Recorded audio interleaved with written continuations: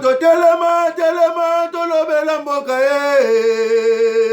Wole to suwa babimisa na poasa Ba député to votaki bazo salarien to kende na funa bazo salarien Komo to lega na mwamba bazo salarien to kende lukunga bazo salarien na baboko kunda bibembe bazo salarien ato to mwana changu bazo salarien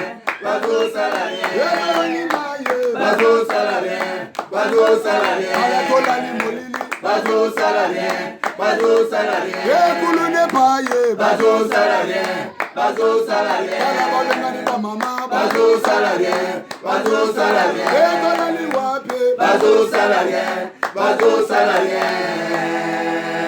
Pour nous insécurité. Donc c'est comme si l'autorité de l'État à Kinshasa est à la raté.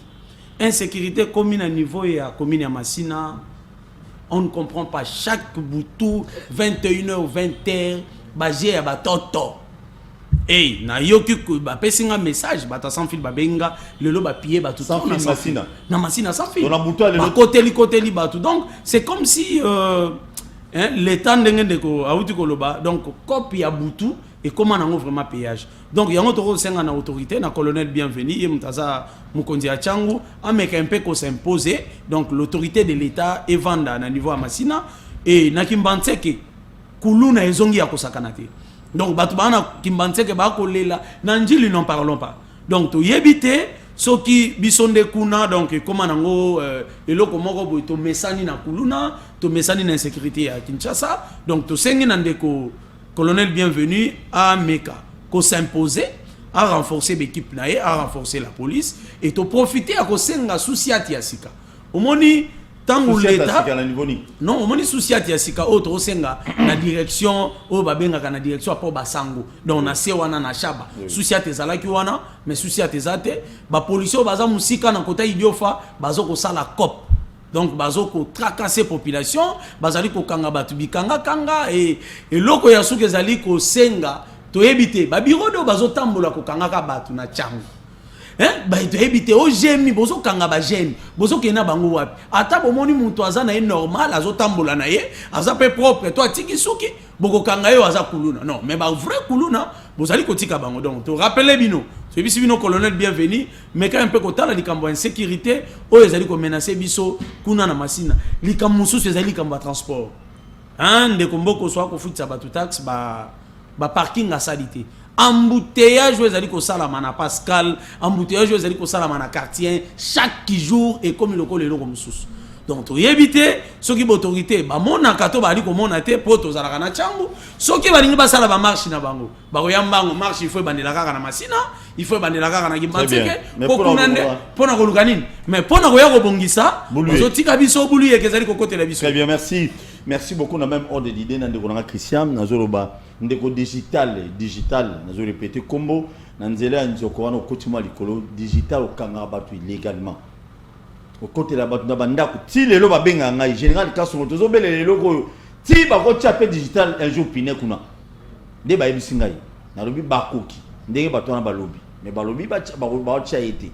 parce que digital azo nyoko la batu na route nzela okene esika bakunda papa gizenga esika ba bi muzito ali amonga banzela na yebiti ba digital auto tirer batu côté kuna makasi na pont ya Mokali so lexi pont wana a partir ya air batiara barrière pona mambo covid so ku ba bien o matanga mo pont o matanga mo pont barrière wana bazokanga batu na niveau moko incroyable et ko torturer batu ko beta ko botol général Kasongo papa benga na bien général colonel bienvenu mutu azali kuna to mutu wa gérer la police kuna tala na ça ne va pas bo benga na ba policier ba ndoto ba to pina ko ba ujana na boulevard ba kota na kati na kota mikondo de même aussi ba torturer batu et aussi liboso à maison communale à Massina ba policier wana oya major ceux qui nzola bazokanga ba moto illégalement non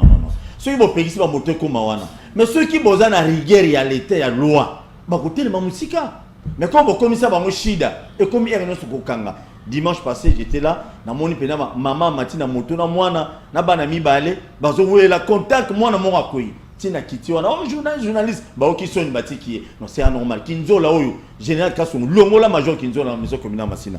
C'est quelqu'un qui fout rien du tout. À l'époque, on a compris ce que tu n'as pas coulé, on a construit à Solon Kodanité. Lobby, tout ça qui est émission avant-hier, ministre Pétentique, a eu un parlement pour les sous Ram. Il y a on est tout ça l'émission de l'eau. Bah, tu es bien, bien, lobby, les autres, c'est une occasion.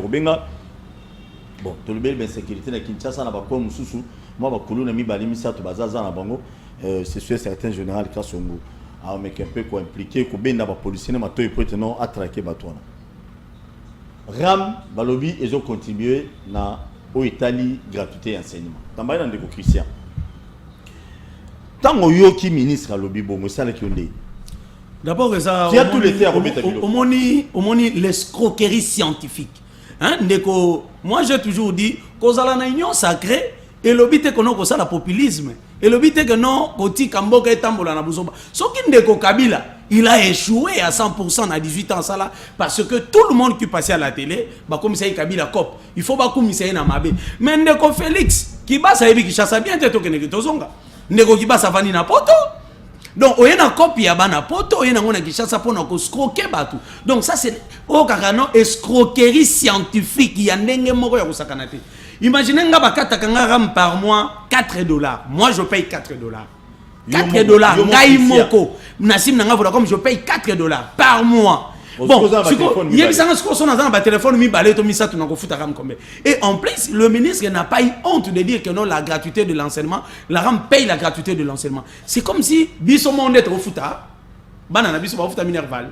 Donc bon on a biso ba taxe na biso ba fouta minerval. Le lobby bi wana mokembango. Non, au lobby sur la lobby qui est notre fouta gratuité et enseignement, et ça l'état nous ont en charge, mais le moment où biso bazo kata biso mbongo wana ya ram na non, d'abord ndeko, au moins sur le plan scientifique, sur le vrai plan. Même na niveau il y a des GI, ba yebi taxe wana te. Mbongo ezo kende wapi, et ça illégal, et ça la kate, juridiquement par là ba yebi sabiso sous bâtiment juridique ezali nini. Ram wana mbongo ekeneni. Donc c'est que le ministre a tia batu na service, a tia cop et banda ki ram ko pesa wifi au fele na ba université. Wapi wifi au fele na ba université. Wifi ezala kana kitamo magasin, il n'existe pas.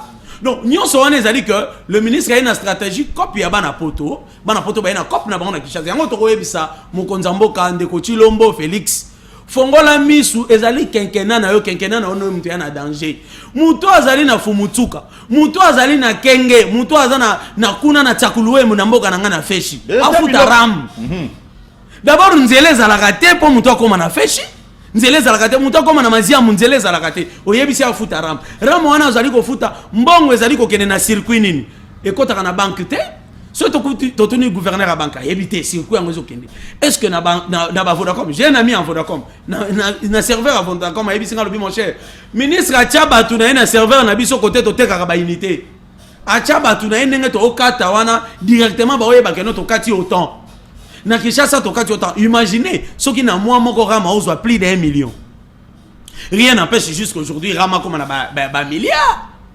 Rama ça na mongo budget à la République. Donc, ceux qui vont députés, eu conscience, c'est parce qu'ils ont compris que aujourd'hui, le peuple congolais, Félix Depoya, à l'Arabie Saoudite, et ça l'a raté. Félix à l'Arabie Saoudite, et ça l'a raté. Moi, de Congo, ça quand même, il y a Kobongisa. Il y a un malam, moi, moi, je le félicite par rapport à ça. Mais nous sommes au Konzamboko, la Kagibiso, et Pessi Soni, ça signifie.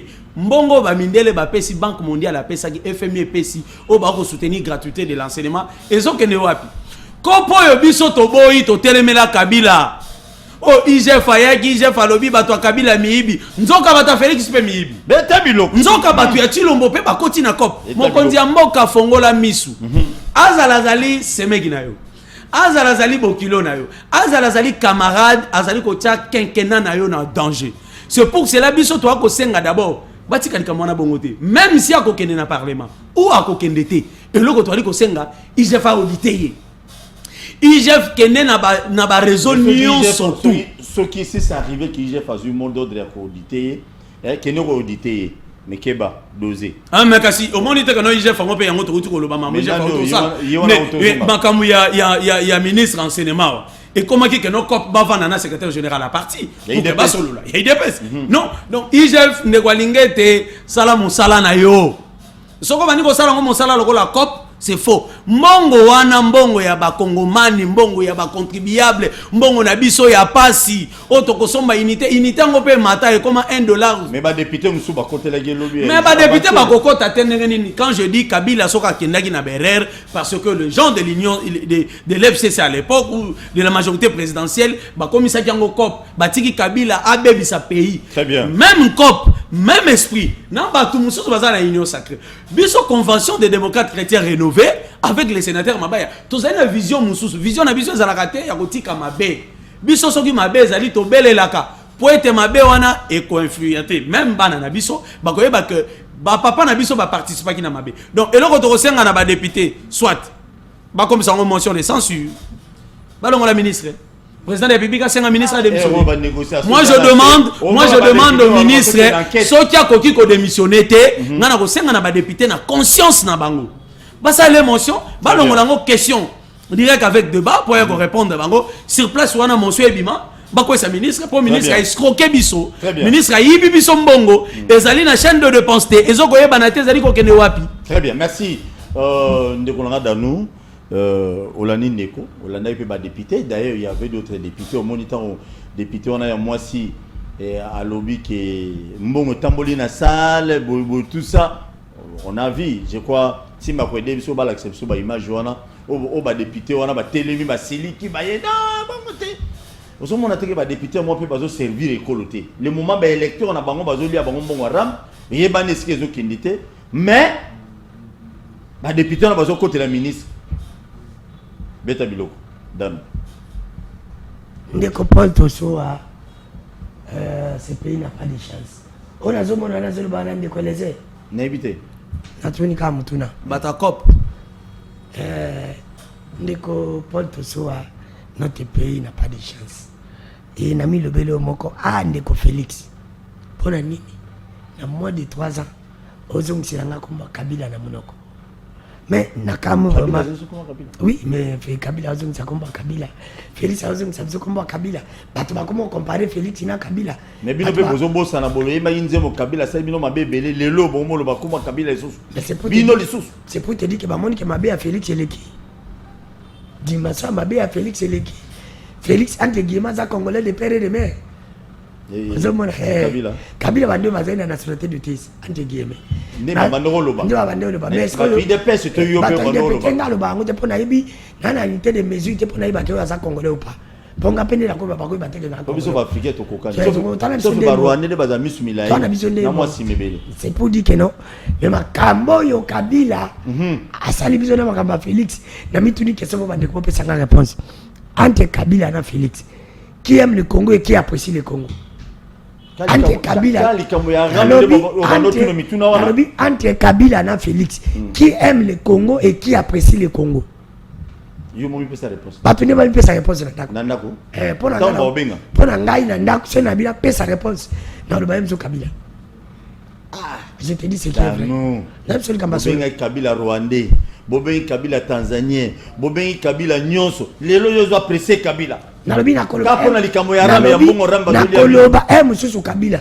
Mais ba tuma pesa réponse. Ezala mutuna. Nalobi mo nyonso mutuna na utuna na TV kangwana. OK. Ante Kabila na Félix qui apprécie le Congo. Ndeko nanga poto suwa na okindi kolanga lobi nyo sacré. Dibeka diza ante baona FCC bango bazo dénoncer. FCC ça dénoncer mais le bel a tout probabilité que l'union sacrée des arbres et zo kufa la 2023 pour bozonga te l'union sacrée zo kufa o mais elle yé moko de ko l'union sacrée ngala lobité yé moko lobby makambo yo ya mabe pe pas zong sur quelle base pour pe pas zong ça ndeko Félix en 2023 il faut pas zong ça biso baram ba unité na biso ba na yé ba $4 ni ba liai faut pas de calculer $4 na ko ba zong chez ministre lobby zo kindi na gratuité mon frère. Il y a le bica gratuité. Allez beaucoup de gens qui banzela. Allez beaucoup de gens qui na wifi. Et puis qui répond à Yaram. On a A B C D 4 sessions. Non c'est ça positif mais négatif. Je m'en dis ce qu'on sait pas tout le monde dans une session. C'est pour qu'il y a normal. Au milieu de toi bon beaucoup. N'est tout ça pour vraiment ministre Kenan de Félix. Il faut pas démissionner. C'est tout ça un état de droit. Tout ça un état solo. Mais c'est le ministre. Non, il faut qu'il y ait bien. C'est le ministre sectoriel qui doit démissionner. Non, le président de la République, mon frère. Dans le but de réaliste. Parce que le ministre va passer Moussala, il va passer Moussala. Le premier ministre était normalement président. Mais oui, je te dis. Ndeko Félix a nélo comme slogan qui n'a le peuple. Le peuple d'abord. Est-ce que Naramo le peuple d'abord? Ou bien c'est les ventes d'abord? Parce que les peuples d'abord, on est les peuples à contribuer à la constitution en Boka. Mais dans le peuple, mais c'est que normal, il y a des gens qui ont ils ont fatigué béton. Peuple congolais d'abord béton. Gratuité, bisomoko béton. Wifi, bisomoko béton. De continuer, c'est le biso de côté. Ah, dans le bagabine de continuer, le monde pas ya. Ils ont pas pouvoir par la question. Ministre qui n'a biso wana. Il faut démissionner et Ndeko Félix y est mon faire démissionner.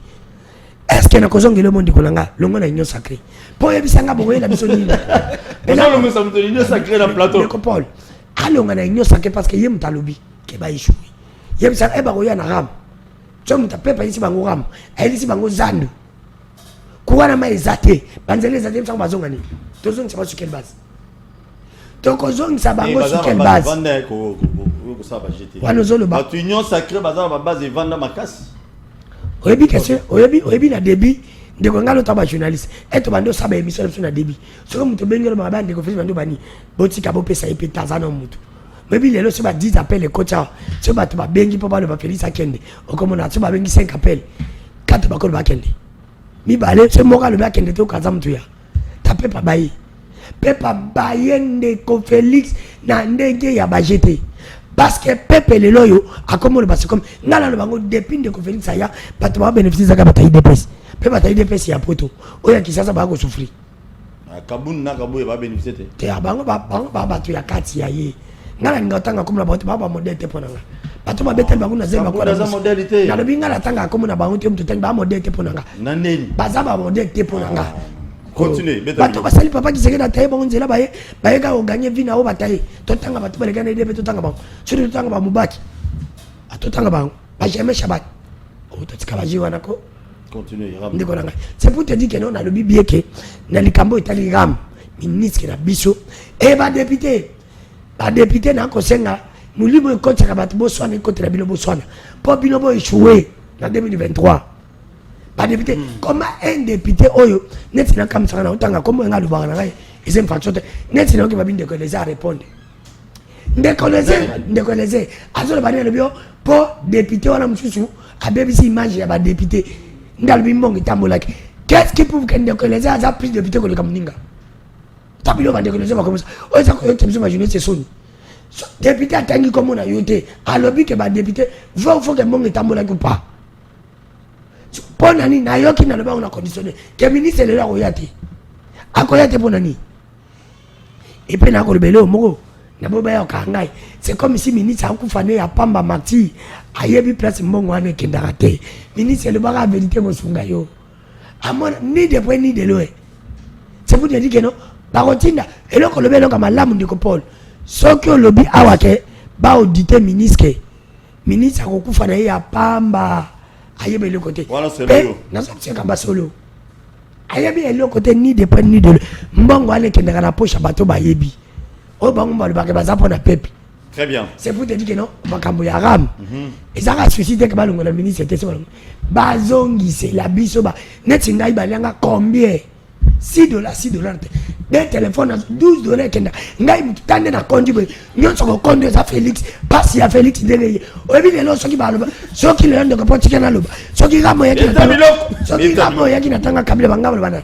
kabila te kolora moko no Félix bon kolora comme no Félix botika ko kosa peuple parce que soki rame yela ki na tango ya kabila bangaba ba kabila bato babande bo bato policier on est kabila si même luki bonne va policier na kabila lelo yo ramo pesa ko boma biso moralement physiquement spirituellement comme on a Félix c'est pour te dire que solo pe bosembo eza infraction te na on demande ko Félix au lieu que ba benga ministre abenga ndenge azaka makasi na ko retirer ba signature abenga pe ministre longo la ramba la moko na le ba c'est infraction ndenge azaka makasi na ko retirer signature pour l'intérêt à peuple soi-disant guillemets à retirer paix, ramona pour l'intérêt à paix par bien ministre, je ne vais pas avoir les problèmes avec ma population.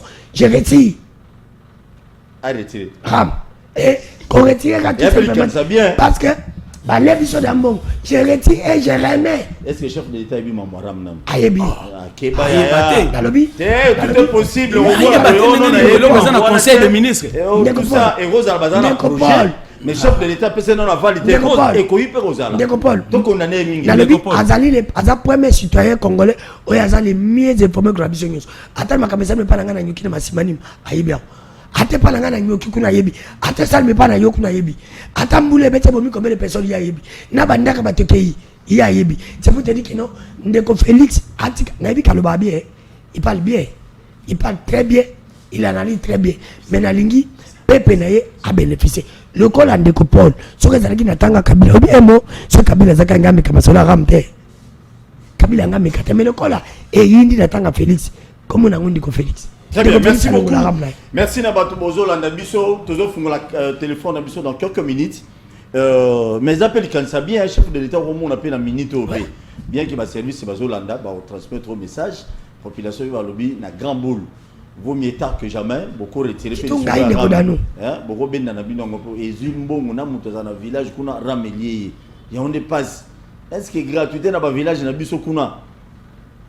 Na boulape côté ba bocha beaucoup na ba village wana est-ce que ba gratuité bon y a problème te ndeko polo bi pardon na kato te bi ke grand-mère na ngai abenyi nga patu na ngake ba ngene na ngase ko komi na mona bo pa ate crédit il y a 500 francs niveau pas besoin na nyuki ali nga benga be pas crédit za comment ça va devenir ngai pa banga na benga on a taki keja na bengi te crédit sila ndente fonga mona sim eloko mobo o ba biso sa soki muchopi zo obi muchopi Zabiloko kitoko. OK, grand-mère ya nani ya il n'a pas les arabes. Crédit à 500 ramalia. Ça passe. Très bien, deuxième sujet na biso on réagir protocole de deuxième sujet. Oui, ndeko dano lobby elikamba ba député. Moi, ngana yebisa kabino chaque fois. Ezali kamba législation. Au monde ndeto za boto na ba député oyo bakenda ki cop. Hein, lokola oyo to tala oyo to tali wana. Donc les lois autant oui mais à Kenela d'abord cop il faut qu'on soit positionnement au moment où ça parmi les journalistes on l'aime surtout yebi hein aux moi journalistes on a moi car on a moi pas là bien mais ba mususu ba kenda wana pona cop le mal c'est quoi la législation congolaise en panne nous n'avons pas de élus ba ili ba keko sala makambo esengélité comment un élu a ko défendre le bagano ba pesa ki biso mbongo pe azali ko ndima ke non mbongo epesa maki. C'est pour cela, et l'on doit à chaque fois que nous ne pouvons pas continuer na kozala na babilo ka ndeko lobby ko démissionner na union sacrée ndeko il faut que soki biso convention des démocrates chrétiens rénovés tokendaki na union sacrée parce que le président de la République l'a dit azali kokokate yemoko tisekedi yemoko mtu aloba ngai nazali kokokate nazali na capacité ya ko gérer isu ngai moko te na batu ya Kabila esimbite boya ko sunganga ndeto pesi ye maboko tango makambo eko simba te to ko mona keno makambo eko tambola te ndeko kibasa to ko senga na yo démissionner soit ba commissaire ngo motion na lobi bien bandeko na sengi ba député soki aye ou ayete bo commissaire yango motion boko misayango cop boye bisaye que non ata okopesa mbongo ata kokosala nyonso ata kokosala nyonso ndeko kibasa démissionner ceux qui babeti e bon wana motion et que ça la que non to mona que non oui la démocratie existe na union sacrée pouvoir affatir na démocratie solo mais ceux qui batiki e bongo ndeko nanga na ebisio et que ça la passe parce que cet argent jusqu'aujourd'hui et yebanité ezali ko kende wapi nani ezali ko bénéficier na yango ezali yemo kibasa biloko aloba ko tiela biso wifi na inikine ezalaka te wifi na magasin ezalaka te na INBTP ezalaka te na ISTA ezalaka te tout ça ezali ko lakisa ke incompétence l'incompétence donc le ministre n'a pas vraiment la compétence à gérer biloko wana parce que yaki kopa bana poto na poto non il est incompétent parce que yeboka tatona lobi ayi mbongo wana côté au salate il est incompétent parce que lobi mbongo ara meza mbongo gratuité de l'enseignement. Mais à Bossani que non, pouvoir et à Félix a travaillé avec le FCC Cash. Azaki na ba ministre o ya Kabila Kala, o e ba continuer ba ça qui continuité de l'état. Très bien, merci. Donc difficulté yango wana yango to ko senga na ba député. Soki ministre a été lelo, bobete bo. bolongola ye babete bon oki teta balongola ye atambongo ekotambola bolongola ye soki balongoli ekopesa biso tokomona ke oui effectivement ministre ayibi mbongo ya bakongomani basouffrir a détourné biso mbongo a détourné mbongo na biso et monani te ezali na donc singa moko déjà ya yebi ya muti. Merci beaucoup ndeko na biso Fiston Kandolo Trésor Kandolo voulais-je dire azali Mopanzi sango na chaîne moko YouTube en place bon chaîne wana pro pouvoir donc pro Tshisekedi wa Mulumba Félix Tshisekedi Antoine azali présentateur pekuna ndeko Kandolo Boni. Bien, moi, Namboka, Paul Toussoua, elle est sengo makasi ya ko zala honoré, mkoloma lelo invité ngana ya ko participer na émission na yo na débat où elle kota la République. Donc en tout cas, c'était pour moi un honneur. Tant na yo qui appelle na yo na bino on a kende kuna to sola ma matali. Très bien, les solos Aram yo pour qui rapidement protocole les solos IGF ya ville Kinshasa. Les solos Aram ministre Kende kuna bande ko pesi ba vina bango. To fu la téléphone kalaté ba tumsusu ba lobby bande komi bali bazali contre par rapport il y a réponse ya ministre lobby mbongo ngo zo soutenir na et soutenir gratuité enseignement mbongo ngo zo kinde mais moment enseignant ba matili enseignant salaire te ba matili mais tout ça d'après yo lecture yo ko ça. Merci beaucoup. Premièrement, na linga qui na banako recadrer moi biloko ya liko les réseaux sociaux parce que bato bali koloba non ba détourner ba congolais c'est une pire escroquerie pour la gratuité de l'enseignement s'il vous plaît. Même ba député pe baloba ki pour la gratuité de l'enseignement comment ça veut dire que c'est biso ba congolais tozo soutenir toi financer gratuité de l'enseignement à travers mémoire RAM. Non, c'est faux et archi faux. La première des choses. D'abord, gratuité de l'enseignement est soutenue par Bisso. Bisso nous finance à travers les taxes, les impôts.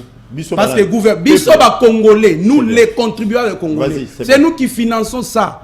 Donc, quand on paye nos taxes, nos impôts, tu as financer directement à travers le gouvernement. Donc, c'est un peu ça. Bien que ce n'est pas tacite, mais à travers contribution à de tout foutaka gratuité de l'enseignement, au lieu parents foutent directement, nous à travers les taxes, les impôts, on paye directement. Donc c'est pour dire que Batouba on a déjà mis tout dans qui non escroquerie, non c'est pas une escroquerie, bien que Banque mondiale, FMI et Conseil nous ont soutenu dans Mbongo mais la grande partie il y a montant et outil bongo na biso ba congolais.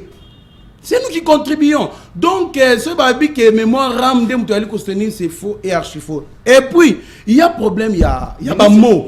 Il y a problème, il y a pas mot. Est-ce que le ministre Aloba qui a monté? Ministre Alobi, ça accompagne. Ok. Ça accompagne. Vous comprenez, ça accompagne la gratuité de l'enseignement. Dans le sens nini, pourquoi il a dit ça? Nazali ko encourager Elo Kouanate, premièrement. Pourquoi? Oui, Nazali ko encourager Angote. Pourquoi? Puisque na kokota na détail pour expliquer mabe et bandi wapi. Ouais, na kokota na détail. D'abord, premièrement, ministre Abi ça accompagne na qualité surtout dans le domaine il y a falsification il y a documents, diplôme. Vous comprenez? Net aujourd'hui, c'est grâce à Ramouana ndé élèves étudiants cause attestation de réussite na bango directement dans 2 heures par exemple ou soit dans 2 jours et puis au lieu de cas par l'école bako bénéficier na yango directement à travers banani ba organe aux ali habilité ko pesa bango wana nakangi parenthèse nakangi bazay ko zango via leurs écoles et puis en retard wana to yebi yango ezali ko pesa dans 48 heures comme aujourd'hui comme Ram accompagnant ouais tiko tak maintenant le problème c'est quoi Ram na habité sur na obengango taxe to impôt parce que normalement taxe balobi taxe il faut na contrepartie c'est-à-dire tant on a offert ta taxe il faut na bénéficier vous comprenez na bénéficier na service ya taxe wana donc directement donc la contrepartie est directe impôt bien au contraire des accords vraiment la contrepartie alors na habité Ram oyo ba liko obligé to futa bambongo. Est-ce qu'il y a un problème? Il y a incompréhension, il y a collaboration entre ministère na peuple. Parce que moi je pense que oui, parce que moi je pense qu'il y a un problème. Le problème c'est quoi? Le problème est le problème il y a communication. C'était mal parti na explication, il y a ram mbongo wana, ça part où, ça fait quoi, ezali na tina nini. Si c'est pour identifier nos téléphones, oui, là moi je suis d'accord pour identifier ma téléphone à biso, dans le sens que non, pour nous lutter contre. S'il vous plaît, s'il vous plaît. Moi, ma téléphone les a déjà retrouvé. S'il vous plaît, non, je vais aider nanga. Si c'est pour identifier les téléphones, oui, parce que à travers l'identification du téléphone, on peut identifier les criminels, les terroristes et consorts. Mais, par exemple, qu'ils ont foutu à Wi-Fi dans l'université, là, je suis totalement contre ça. Très bien. Je suis contre ça. Pourquoi? Tu as vu que dans les temps, c'était les bibliothèques, hein, bien que ça existe encore et comme archaïque, la plupart des universités, les lots, c'est comme numériser. Alors, à travers les frais de l'académie, tu as vu que dès on va documenter l'université, le département et faculté qu'on sort. Mais comment est-ce que les lots pour bâtir Wi-Fi, pour bâtir Wi-Fi dans l'université, il faut bisotofoutaram. Là, je suis contre ça. Très bien, merci. S'il vous plaît, là, je suis contre ça. Je pense que l'université, a la capacité, on a la Wi-Fi pour les étudiants se servir. En tout cas, je pense qu'il y a un problème d'explication et puis d'aider Ezali pour accompagner la gratuité dans le sens qu'il y a lutter contre la falsification des documents. Merci. Sinon, je pense que ceux qui m'appellent explication et qui sont orientés en haut dans l'organe habilité pour nous récolter, je pense qu'il n'y a pas ce qui fait défaut. Donc, merci beaucoup. Merci. Toujours pour le téléphone. Le débat, le débat, qui tobeta biloko ebele bele ndeko nanga Jimmy qui tenga rejoindre biso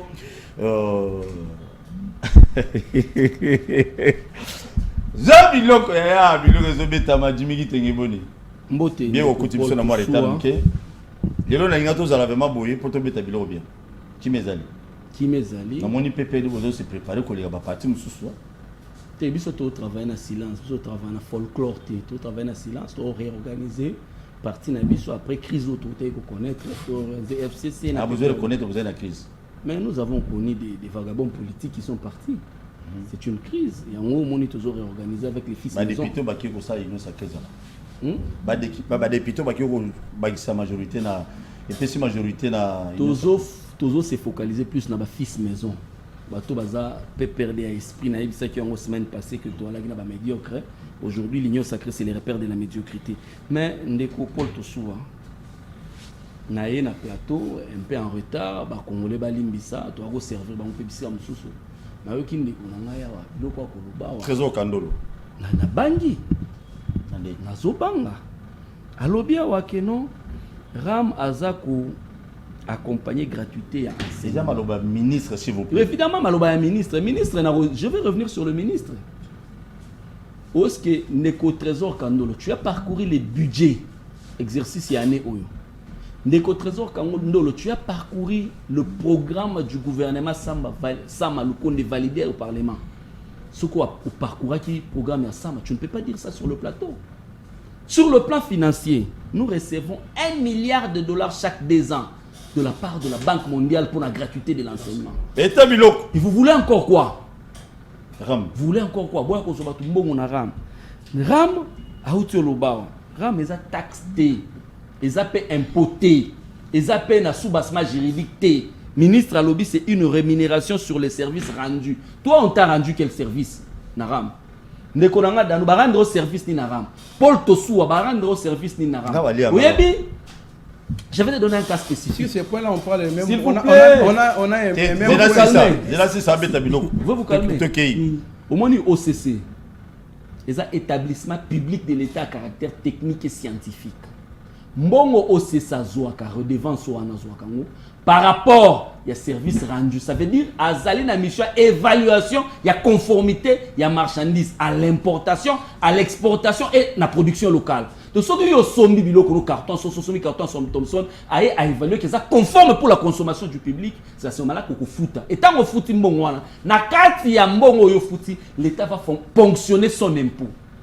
Maintenant Ram bako to bengango nini naloba eloko moko ya suka ndeko Paul Tosua omoni ministre Kibasa na osenga na ye soki tokomi na 2022 atana ba mois de juin titoki na septembre na yebi ke baba ndeko ba utai poto ba yaka lokwa ba mercenaire ba ya batika famille na poto ba yo luka mbongo na kisasa ba mercenaire batika basi na poto aluka moyen azwa mwasi na bana na 2022 na ye ba luka ba kende poto pour soki régime Chile gelou esili na 2023 non toi na régime Chile gelou te s'il vous plaît non régime ya UDPS Chile gelou soki esili na 2023 soki esili na 2023 soki awa na Kinshasa fandaka na Gombe afandaka na ma campagne to fandaka na limité ay bango résidence na ekoma na Selembao na Makala prison vous êtes sûr parce que mbongo wana ezali muyibi bon eza muyibi soldat zobunda na front soldat zobunda na front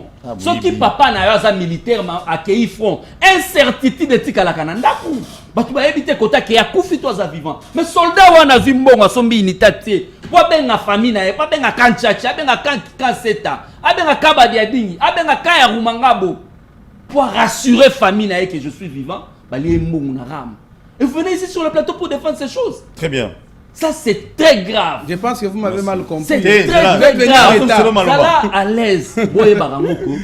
Peu importe. Ceux qui doivent dans parlement à solo, qui va aller venir comme ministre et rentrer comme prisonnier. Mais le con là parlementaire va se servir qui déjà va jeep. Pas si na bango ezalpe nini.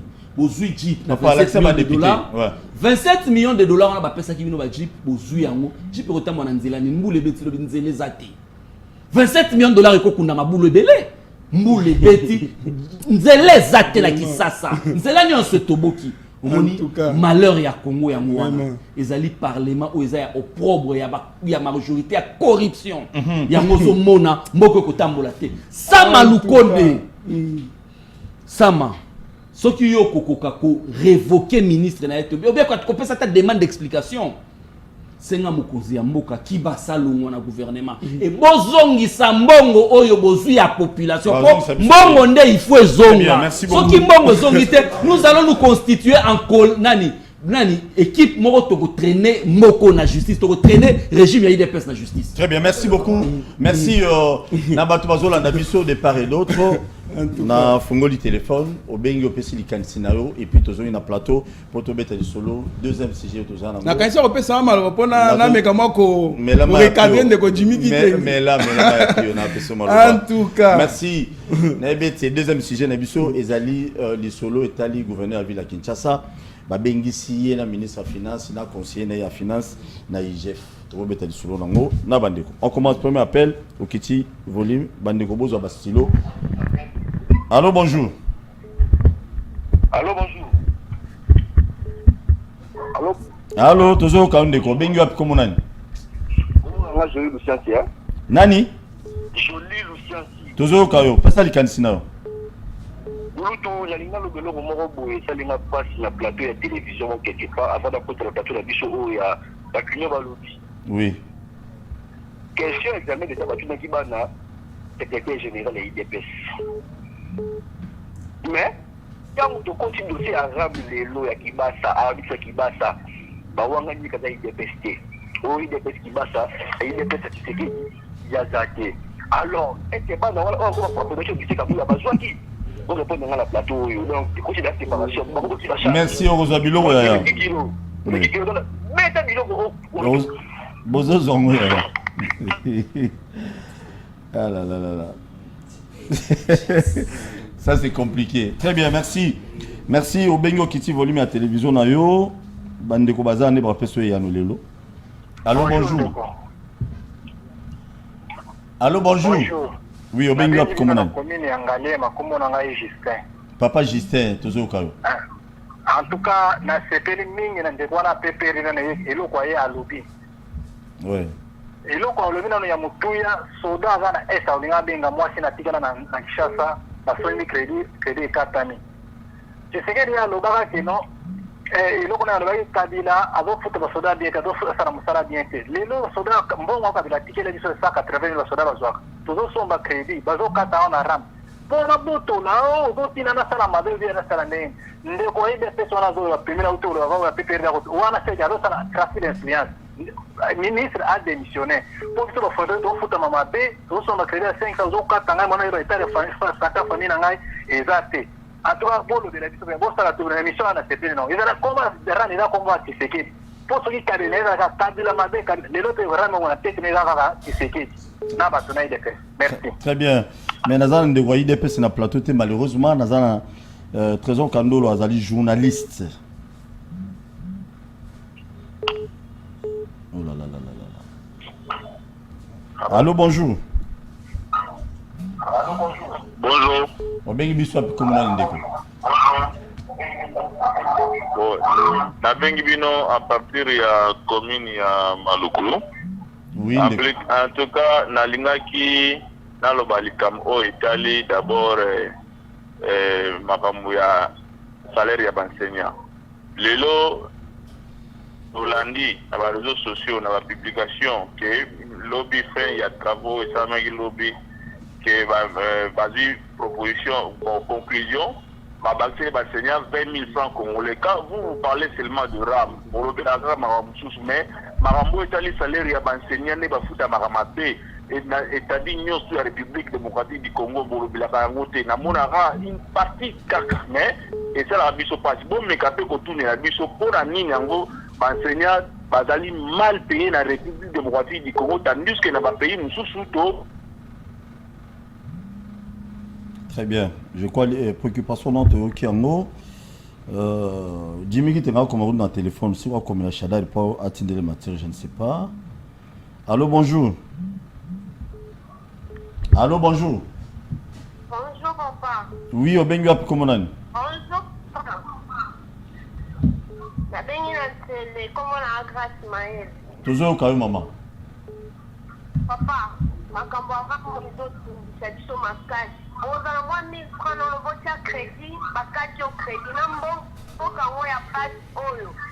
Président loba le peuple d'abord, tozo vivre en te, tozo souffrir, tolala banzala, bientôt la rentrée scolaire to lundi awa.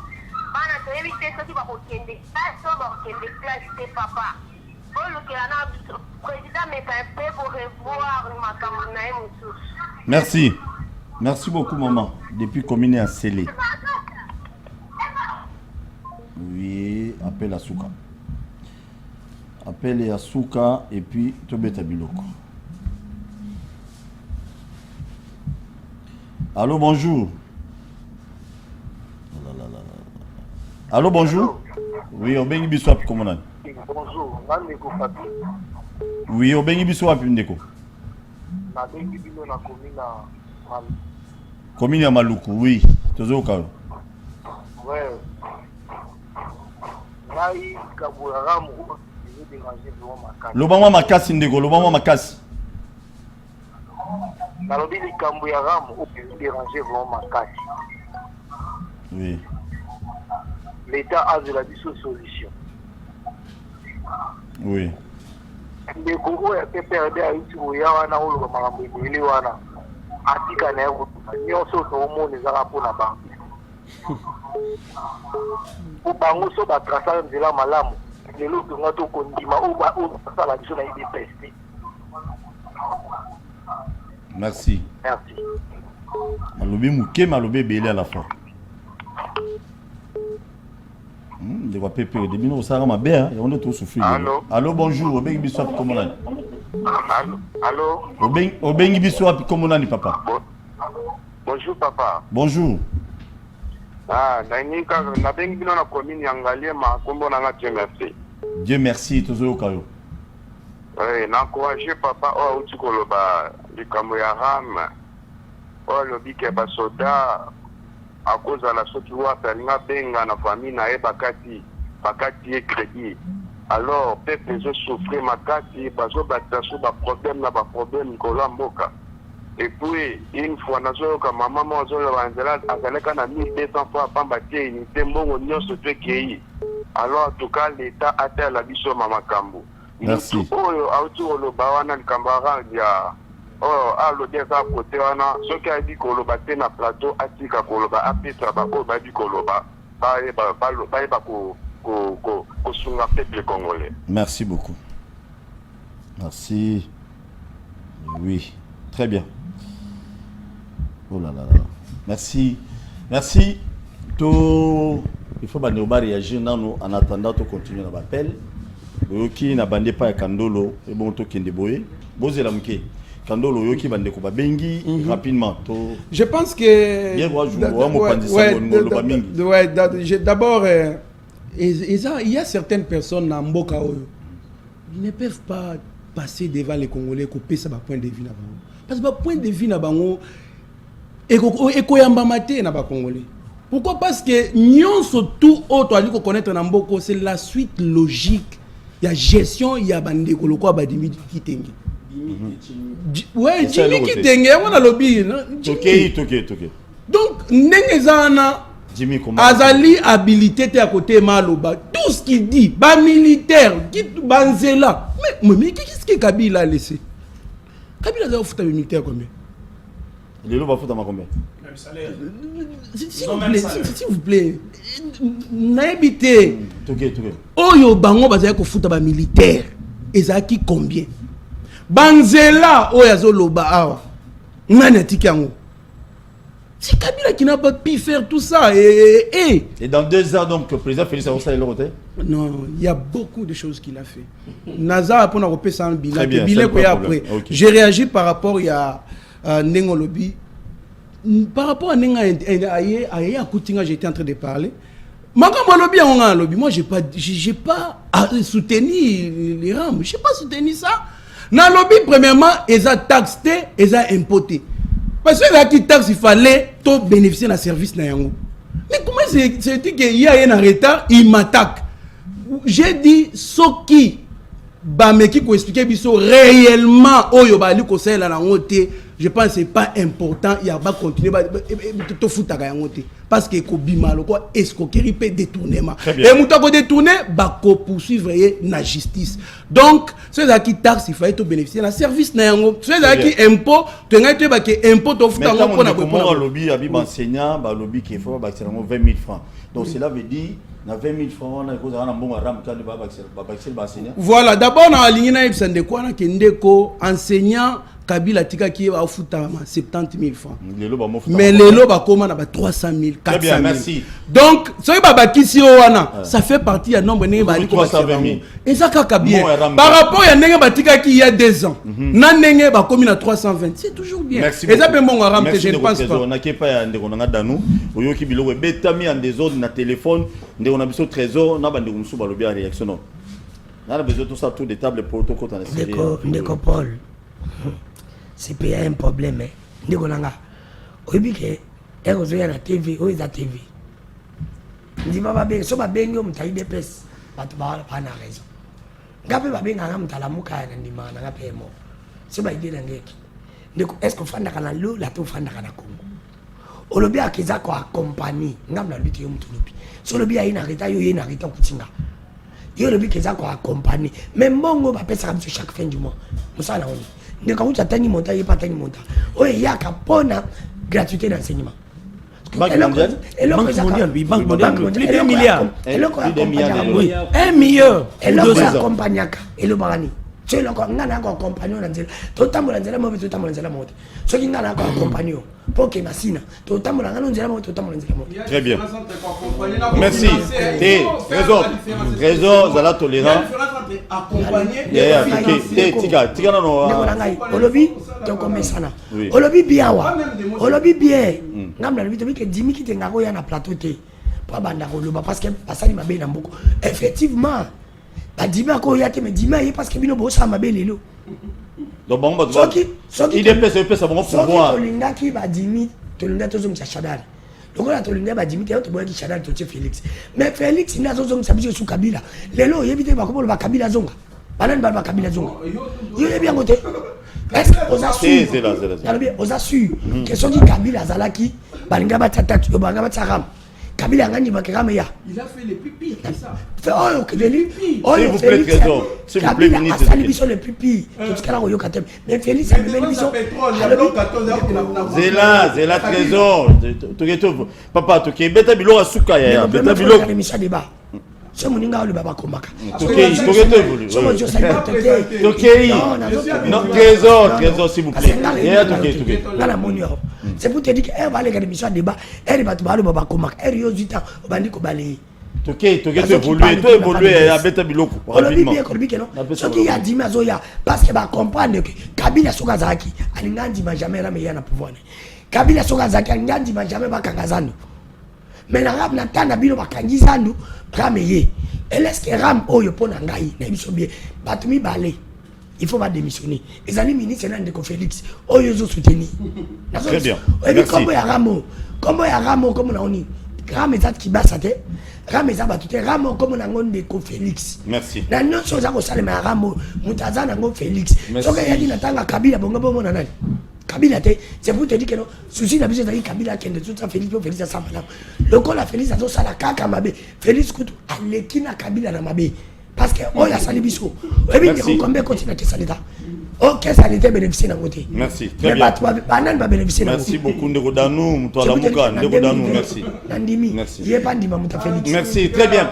Oui, Nako Lobelo Moabi pour la Nini, Batu, PPRD, Bangonde Batu Basala, qui non, Maramboyo Akoya, Nazo rectifié, Loko Moron. Je ne réponds pas à la place à Jimmy Kitengete, mais il faut boyeba, Mboko Zalara Aboy.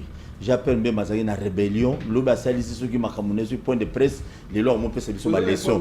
C'est tout à fait normal. Non, Moutouazari na rebelle, Moutabouma va congolais, les loyo, à comment vice-président en Bogoyo, les loyo à comment Azali, à combien de Batuna, gouvernement et président Félix Tshisekedi Azana Batu. Donc Congo est un peu bizarre. Mais rien n'empêche que Moutoua pour na.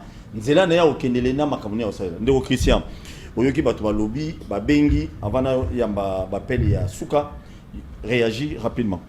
Bon, il y a des bossos moni ndeko ya bengi ya lobby makambu ya gratuité et enseignement ndenge babakiseli bon selon le source ya mamba bibwa babakisi 40 000 mais n'engina rectifier 40 000 n'engina rectifier ndeko mamba lobby il faut yeba que notre temps gratuité de l'enseignement il y avait ce qu'on appelle prise en charge de parents. Cette prise en charge c'était plus so ozaki na mwana bana otang sana beko la cheur le prise en charge arrivait à 500 000. Hein? Il y avait ce qu'on appelle prise en charge. Donc, il y a des parents et belé, école et belé, tant que gratuité enseignement, par rapport au coût. Oui, tu as soutenu, tu as dit que c'est pas la gratuité de l'enseignement pour l'ongoli biso parents charge. Nous, en tant que parents, nous attendons que ça a la gratuité de l'enseignement, attendons qu'on a privé.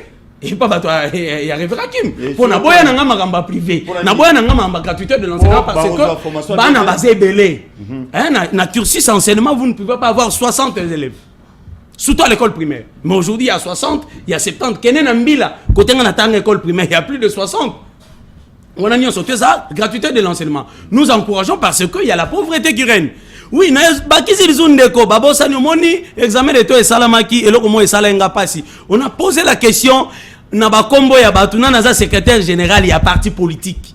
Il y a IDPS. Ils ont oublié que non il y a IDPS qui passe ça. Oh on de quoi IBI biso mongo aram. Bon. IDPS na bango de quoi IBI biso. Ça c'est IBI. Il faut tout le clair ndeko qui passe IBI mbo. Moi je suis de l'union sacrée. S'il vous plaît, ngana za na union sacrée. Parti za na union sacrée, on ne peut pas laisser ba Jimmy Batika ki Kabila.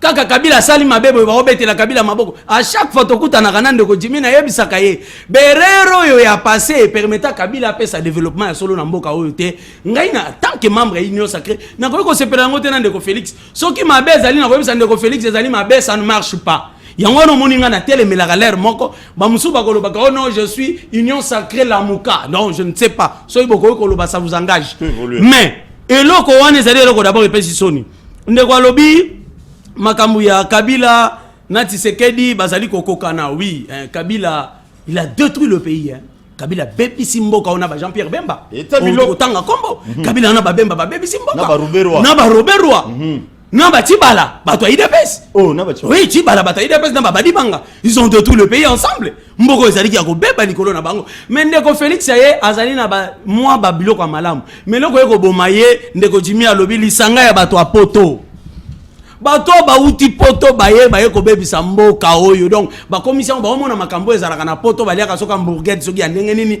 baye na bango kozwa na bango mbongo na biso fele bato na ngao batele makana sanzete ti lelo bazwa misala ti Imaginez-vous. Si les lois besoin misalate. Donc, nous surtout wana ezali na mutu ya mokonzi mboka. Mais lo comme sou mokonzi mboka il faut yeba. Lo comme sou ndekopé il faut yeba. La gratuité de l'enseignement ezali likambo etali ramte. Rameye écoute qui gratuité de l'enseignement.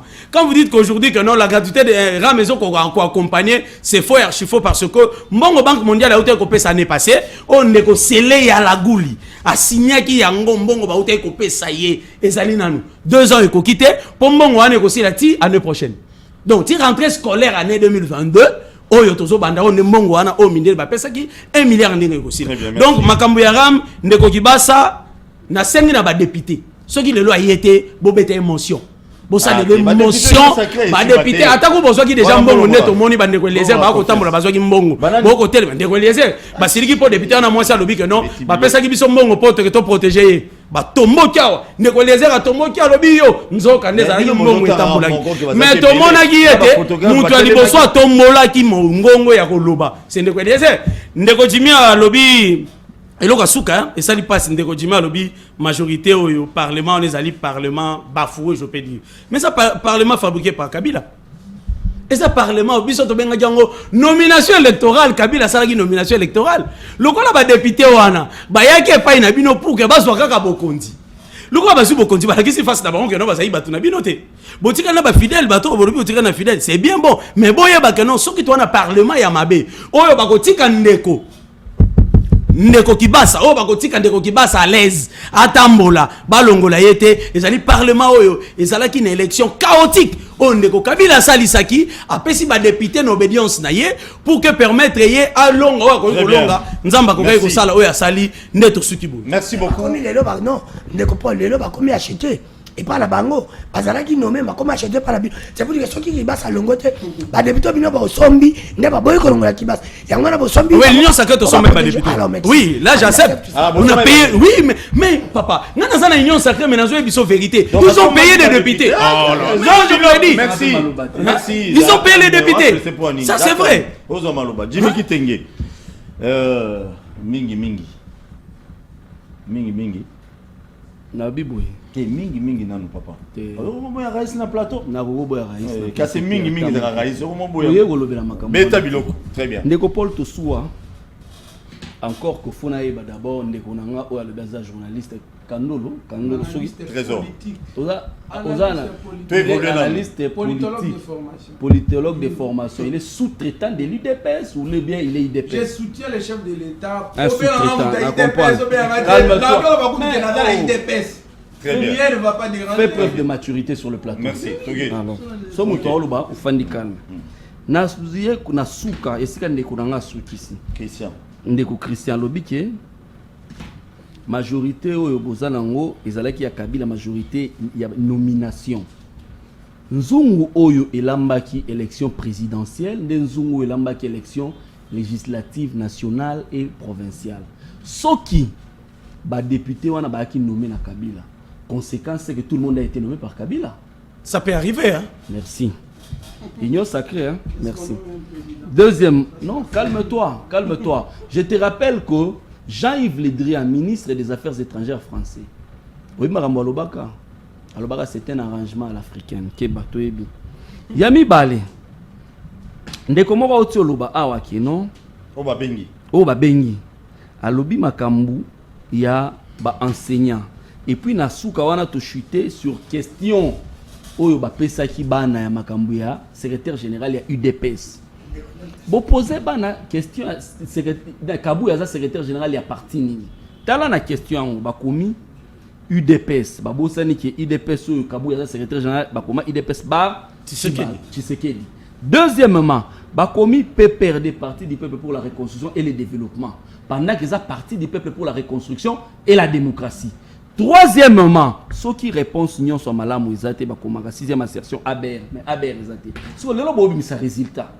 Tony moi baye cette question on a le koleza ezan elongo banité annulaki yango oui ou non. Et puis quand tu poses la question, car la biso to ça examen d'état, il y avait au mois de février ce qu'on appelle le comité scientifique banda ko siéger, yango te composaka examen d'état en fonction même culture générale en fonction même de la situation développement économique politique nengezo kende. Mais lelo ba remplacer nani comité scientifique par les parlementaires debout de l'IDPS. Il est tout à fait normal, tout le monde a ma question bongo. Mais si quoi, et là, quoi, ça passe.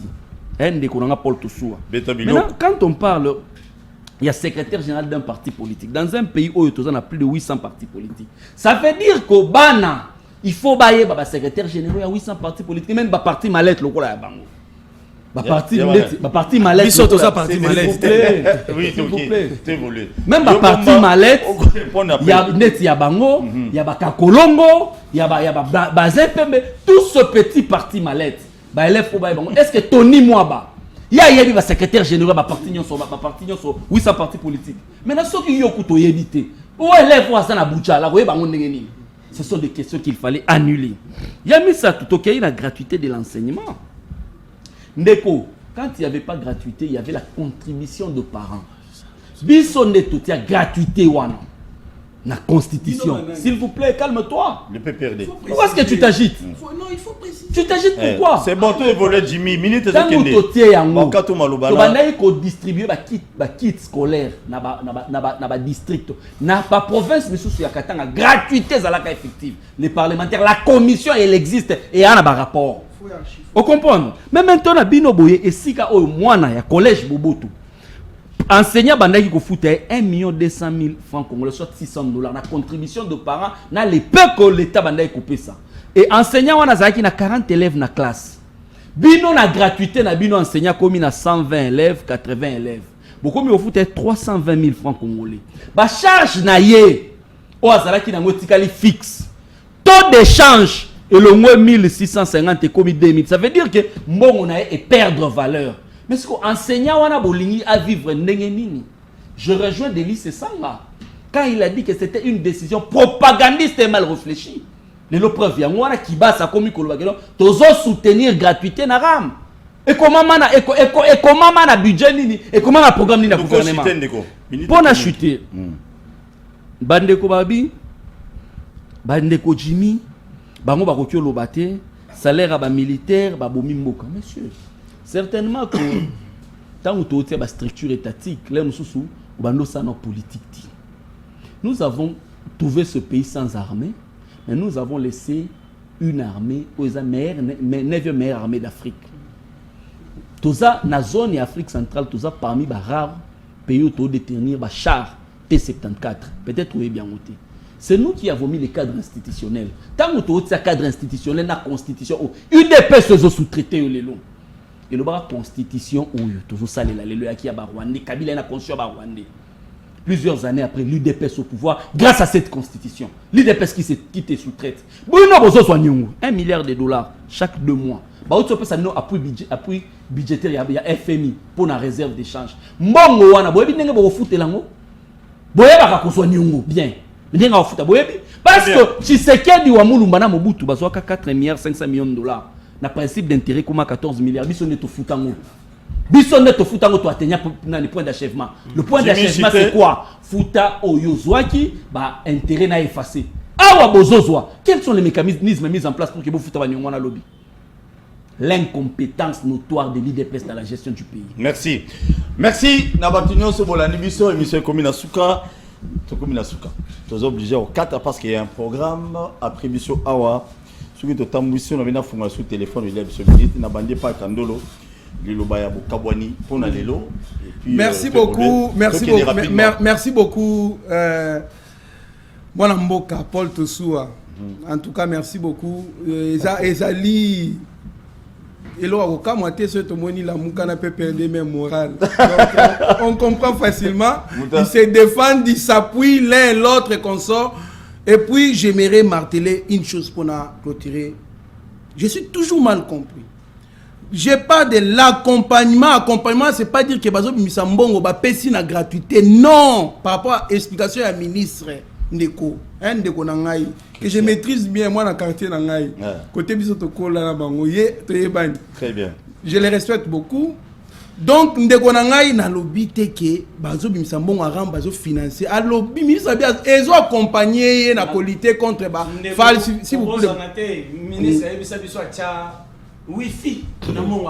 N'oubliez pas. S'il vous plaît, il y a un Biboye. On a condamné Wi-Fi wana wana mis na bino. OK. Je pense là si nous sommes sur les mêmes points. Voilà. Donc EZAPD. Et puis ne va dire que non prise en charge ya ba enseignant. Mon amboka Paul Tosoua sur 1000 écoles exemple na Congo. 20 écoles ya pamba ndé ba professeur ba touchaka 1,2 million lobana. 980 écoles Batouchaka, 70 000 francs. On veut mettre l'équilibre pour les professeurs tout, va toucher quand même bien. On va sauver la majorité ou la minorité. Mais gratuité pour nos professeurs, ils sont tous sous les mêmes pieds d'égalité. Des autres que moi, non, ma coquille à Saint-Raphaël, attends à peine à Saint-Raphaël. Et puis c'est faux, archifaux, que la classe, salle de classe, 120. Élèves, voilà, c'est exagéré, exagération. Donc, je dirais, Mokozamboka, il a échoué plus que même Kabila, c'est fou. Il y a beaucoup, je peux comprendre que il a beaucoup fait, il a beaucoup changé dans ces pays. C'est purement scientifique. Il faut vraiment la capacité intellectuelle pour comprendre. Tu sais qu'il y a ça, belé. Des preuves, que l'élo. On parle de la gratuité d'enseignement. Plus de 4000 enfants, basés dans la classe. Mon cousin Ferdinand Kambere, Andimi Yango. Tokyo, le balisous, le Kambuya budget, ils sont 3 milliards. Les lots, quand même, est fort. On parle autour de 10 milliards. Tokyo, le balisous, les lots, billets avion. Martin Faoul, ça, il y a Lubumbashi. S'il vous plaît, Martin Faoul, ça, il y a Lubumbashi. À son billet avion, on a $195. Au-delà de 300. Les lots, net à l'Ukolobaboé. Armée n'a se commis 4e en Afrique francophone. Les lots net à l'Ukolobaboé. En Afrique francophone, 4e. Oui. Ok. Oui, j'ai des preuves. Ok. Les lots net à l'Ukolobaboé. Yeba que les lots. Route nationale numéro 1 ezali na kati ya kosema ngana uti boma oyo Kabila ko kosala te basali yango. Oui, je suis en train de vous informer. Lelo ndenge na likolo baboye, il faut koyeba ke 4 bateaux de pêche ezali déjà. Il faut koyeba ke 4 bateaux de pêche pour la Kinshasa ezali déjà. Lelo bakomi ko banga ko détourner mbongo à l'état puisque ceux qui naïbi. Tolandaki mutu na bango ya pe perdre alobaki lelo na mboka beton na te kazandu. C'est au vide de tout le monde. Les lots n'est pas liko ebi sabino boye. Yeba ke bilan mokozamboka bloc 14 mois donc na poche Kabila. Donc na poche Kabila les lots mokozamboka bi non. Merci. Zoa bon il faut quota na. Très bien. Na trésor public. Merci. Donc il y a beaucoup de choses qui se font. Oyo c'est difficile à comprendre, mais vous allez le comprendre. Merci. Et puis broyer le système Kabili, c'est pas facile. C'est déjà une victoire pour le peuple congolais. Très bien. Merci beaucoup. Danou, rapidement, Non, alobi le mot alobi. Ba o détourner mbongo tena tangwa Félix. Bongo au ministre qui basa auto sala. O qui basa auto sala kasi ko pas même des jours. To benga oni. Ndeko nanga na ibselo. Abi bazo kana ki basa. Alobi ndeko. Alobi ngai naza nani comment appelle fauliste, kabiliste, mbembiste, katumbiste. Nyoso na ndimi mais jamais. Yoka. Jamais. Na oya nitanuke ba benga nga kisekedi sona oya Félix yozo soutenir. Alobi jamais. Alobi jamais. Na oya za kosa. Est-ce que Kisekedi dans la camona Kisekedi biologique ou bien dans la camona Kisekedi biologique? Très bien. Moi na baba. Yokana na biso bien. Moi na baba azababa te moi na nyoka. Si Kisekedi soit dit moi na Kisekedi akondi ma jamais. Na taza na pouvoir souffrance sur mona. Na biso le mot. Rebi Kisekedi da sa malamu. Oko sala mutu bolamu nyonso. Musali mabe moko. Abosani bolamu nyonso sali. Mo bolamu nyonso Kisekedi da sali biso. Gratuité za malamu. Tanga nyonso ma erim to kancharam. Erim to kanchazandu.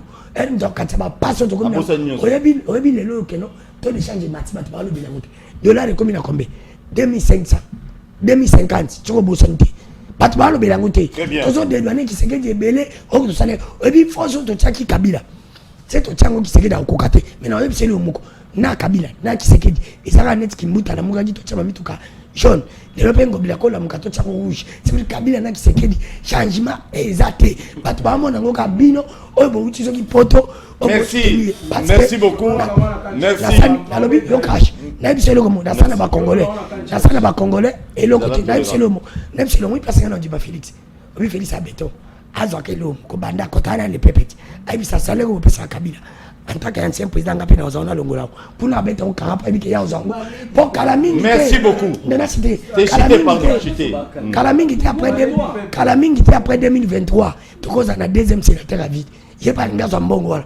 Soka tondi marié avant azoka ko ambujo kabila tike le guignos au salaire à sonner comme la valeur na net député Atango. Félix Abeta Okara. Merci. Félix Merci. Merci. C'est pour te dire que Félix. Merci beaucoup Nerodano Christian. Ce qui mboke bongi na kuyembe na kukumisa iko lekayo. Mais le kole bongi te passe à Congo rama Congo. Souffrance à Congo comme l'on dit Kotilom. Merci. Très bien. Ndeko Christian, beta rapidement parce que on a vraiment débordé. Oui, Ndeko Paul oyebi que na etando eke il faut ko éviter ko sala ba populisme. Monitant toyaka ko luka to sunga peuple congolais. Peuple congolais azokota la biso to ko sunga été po biso to ba membre ba parti politique. Beta biloko rapidement. Ndeko Jimmy alobi o eza parti mallette. Ndeko Jimmy mabaya azalaka DG sous Kabila 1+4 Kabila longo lakayi parce que azalaki mutu moko honnête mabaya azalaki sénateur CDCR na ba mokolo a pombo tozala en opposition depuis longtemps. C'est pour la première fois mabaya ndima ko sala alliance na pouvoir, c'est pour la première fois. Très bien. Là je vous donne l'information. Oui, donc mabaya n'a jamais été na sima ya mutu pour okomona que toyaka te biso to lukaka ko sala biso sala politique service. Je pense to sala no mona ka no politique service. Mais là il y a pas ces ali que tangu bandeko ba koloba likambu ya cop oyebi que cop eko continuer ndeko lobi cop esili menga na ebisi que non eteni longono ba basali biso mascarade o akoti boloko abeli grâce bro abimi liberté provisoire azong poto. Il a détourné l'argent. Moi, je l'ai dénoncé. Moi, j'ai eu des problèmes.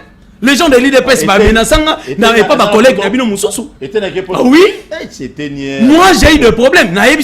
Qui problème pour dénoncer ma cambouétaine quand il était encore en fonction. Parce que tous les chiffres mbongo étaient na détournant. Très bien. Merci donc, ma cambo ya corruption aussi la té pour nanini le long de Kotiseke dit azalaki na makanisa malamu. Mais atikeli sunde ko IGF peut comme une cop soka dénoncer loko IGF so ba bengé pas secrétaire général à parti politique IGF atiki na ye likamwane ko sala mati. Je suis de l'union sacrée mais je ne partage pas de mêmes avis ya makambu ya mabe. Le peuple congolais ko souffrir. Merci beaucoup. Ba kongomani ba ko nyoko ma ba kongomani ba ko kemba na profiter à l'occasion ya ko yebisa ba kinwa que Kinshasa e ko tambola ndenge ko tambola te poubelle eleki mingi. Moi, je suis Ngobila, je suis beaucoup de chapeaux, je suis mais ils ont biso na tiangu présence nous ezate. Très bien. Qui ne peut pas peinture tena ba boulevard bazo chawa. Salité leki. Merci. Merci beaucoup Ndeko Jimmy, tout comme na sukana ebi ki ko respecter timing OK nous l'a été. Résumé est OK. Merci. Bata là. OK. Na na toilettage et puis sima na koloba moi et loko mongo fallait na. Mais na fait 2 minutes. On a compressé. Premièrement Ndeko Lobi Kabila Tigela Gibiso, budget, il y a 3 milliards, les autres communes à 10 milliards. Pour la toute première fois depuis que les Congo est Congo, on a connu les budgets au Solana milliards. C'est grâce à Kabila. Parce que Tangoyaki, c'était 160 millions de dollars. Kabila, à un moment donné, nous avons mobilisé 6 milliards sur fonds propres. Et je te rappelle ici, s'il vous plaît. Oh, mais toi, tu t'agites pourquoi? Trésor, tu n'as pas la culture du débat. Tu fais preuve de maturité. Hein? Pour la toute première fois, tant que le régime est bandé à Chili, le budget sera 11 milliards de dollars. On a mobilisé moins de 3 milliards. Les lots 10 milliards, ils allaient prévision. Mais la mobilisation est plus importante que la prévision. C'est la matière que je te donne. Deuxième alobi, billet d'avion et quitting. C'était une décision irréfléchie. Pourquoi? Parce que les lots Congo Airways, il y a un avion Kabila Somba. Oui, quoi?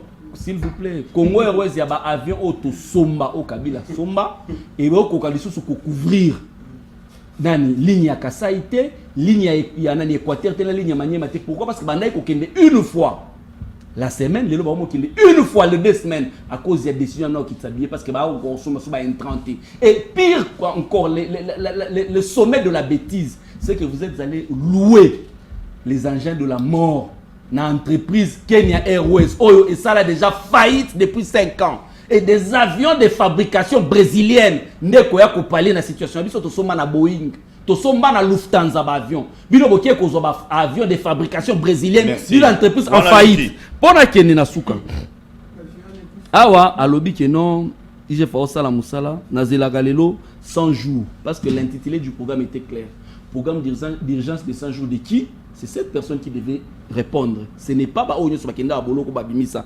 Si les gelous toujours de la paix procès nan. Il y a souka ou a passé. Au Congo la zose la ngana loba. Na loba avec beaucoup de peine. Il dépêche ça comme si on y prend garde. Kagame c'est l'ennemi public numéro 1 des Congolais. Oh Kabila va notre traiter les s'il vous plaît, s'il vous plaît. Oui. Kabila a indexé Kagame aux Nations Unies que non, l'entreprise de la mort qui s'installe en République démocratique du Congo c'est Kagame.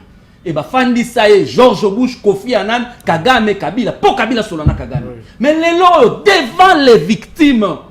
Il y a une atrocité armée à Kagame. L'UDPS a déroulé les tapis rouges à Kagame na Goma. Pour ba ko investir, ba piller or na biso na kolta na biso moyena 5 millions de dollars. Na mboka oyo, mboso azolo babi mukonza mboka pesi ba tout don ya ba jeep, valeur 27 millions de dollars. Biso tozanga ki 5 millions de dollars pour monter usine. Il y a production d'exploitation, il y a raffinerie à coltan, il a fallu tozo ya Kagame. Comme si ça ne suffisait pas. Après avoir déstabilisé le nord et le sud Kivu, l'IDPS ouvre la voie à Kagame et Katanga. Rwandair et comme à Lubumbashi. La finalité des Rwandais à Lubumbashi, c'est quoi? Prendre les Rwandais progressivement, injecter au Katanga. Parce que c'est une zone minière. De la même manière dont l'IDPS a permis à Kagame de déstabiliser l'Est, on veut encore déstabiliser le Katanga. Congolais Fungola Misu. Rwandais et comme Katanga. Ce qui est avant, la même situation que nous sommes en train de vivre à l'Est avec Kagame et son complice de l'UDPS, donc vivre à Katanga. Merci beaucoup. Moi, je vous aime beaucoup. On doit aimer ce pays. On ne peut pas y notre pays. Bisognon son autre vandi les autres ça l'émission oyo. Ils ont mutu mon côté à aucun pays songolo pakala lobino a qui osa la loi té. Ngai na osa la loi kana mboko na ngai. Et c'est ça notre souci. Je vous dis un grand merci à tout à l'heure à 16h. Torobeta Biloko. Na PC merci na ndeko nanga trésor à répondre à une invitation à Bisso. Azali moko ba présentateur na Yeba TV, chaîne ya Pro Pouvoir, il y a YouTube. Merci beaucoup na ndeko nanga Christian. Oh les loyo andimi quand même quoi aux Biloko. Merci na ndeko nanga Danou. Sans oublier Jimmy Kitenge mingi. Raïs. Merci beaucoup Fatibe. Bonjour Sanabandako. À tout à l'heure à 16h. Merci. Congo to telema tolobela mboka Wole to suwa ko bimisa na poasa ba député to votaki bazo salarien to kende na funa bazo salarien Congo to lega na mwamba bazo salarien to kende lukunga bazo salarien na bako kunda bibembe bazo salarien Bazo mala changu bazo salarien